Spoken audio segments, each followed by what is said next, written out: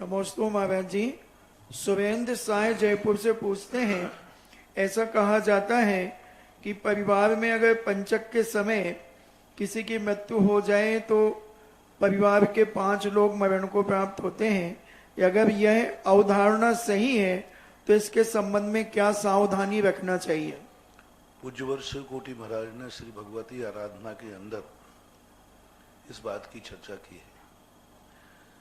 जैन दर्शन में पंचक शब्द का प्रयोग नहीं है, लेकिन वहां उन्होंने ये बात का जरूर उल्लेख किया कि इन नक्षत्रों पर यदि किसी का मरण होता है तो वहां पर उस साव संस्कार के साथ घास के 5 मृत मुर्दों को और वहां स्थापित करना चाहिए।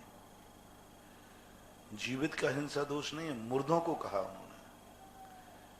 जो अपने यहाँ आटे के मुर्गा चढ़ाने की बात आती है वो तो जीवित प्राण प्रतिष्ठा करके फिर मारा गया। यहाँ 5 मर चुके हैं अपने आप, उन 5 मुर्दों को जीवित की स्थापना करके मारना नहीं है, 5 घास के पुतलों को बना करके और वहां स्थापित, मार करके नहीं, बना करके और मरे हुए मुर्दों की स्थापना करना।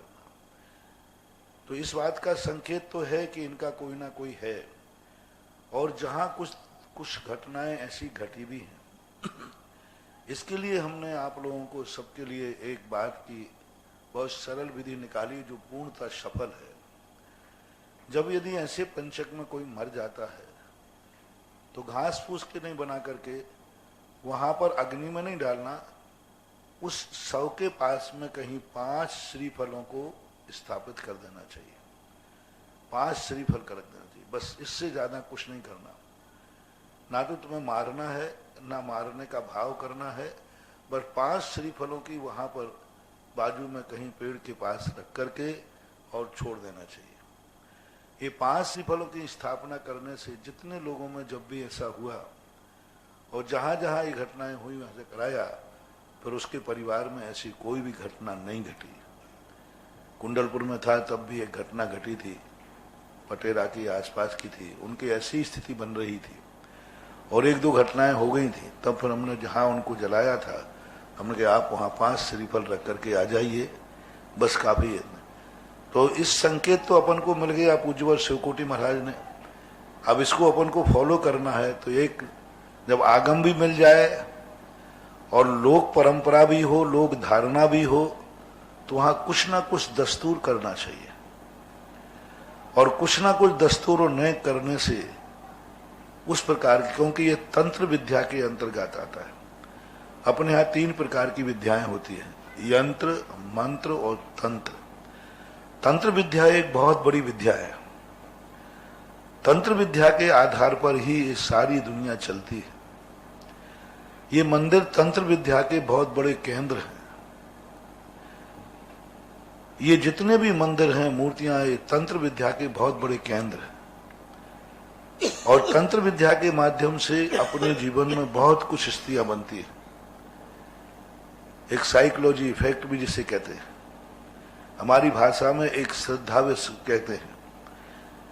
जब व्यक्ति साइकोलॉजी में यदि मान लो कोई अपन को कभी कह दे कि यहां पर इस प्रकार का बाहर एक आतंकवादी आया है, तो अपन ने देखा नहीं, सुना नहीं, मां शब्दों को सुनकर के अपन भयभीत हो जाएंगे। क्योंकि हम उससे, जिस व्यक्ति ने कहा है, हम उसने इतने संबोधित हैं उससे कि वो कभी झूठ नहीं बोल सकता। तो इसी प्रकार की बहुत सारी, तो तंत्र विद्या के अंतर्गत ये चीजें आती हैं नक्षत्रों आदि पर। जैसे तंत्र विद्या को हम नकार नहीं सकते।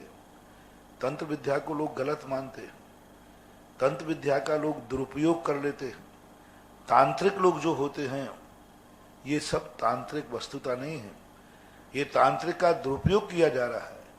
यदि तंत्र विद्या का उपयोग किया जाए तो तंत्र विद्या मंत्र विद्या पर जो नहीं पहुंच पाते हैं, क्योंकि मंत्र विद्या में रिक्स है, मंत्र विद्या में साधना है, मंत्र विद्या में कहीं चूक हो सकती है। लेकिन तंत्र विद्या एक ऐसी अच्छी विद्या है जिसको हर व्यक्ति सदुपयोग कर सकता है, इसलिए ये तंत्र विद्या कहलाती है। इसके अंदर हमें मान्यता देना चाहिए। और जो मैंने 5 श्रीफल की बात कही, बस वहां पर 5 श्रीफल वहीं मरघट पर कहीं स्थापित कर दो, रख दीजिए, और कुछ नहीं करना, आपको रख करके 9 बार नमोकार मंत्र पढ़ना है, बस ऐसा करना।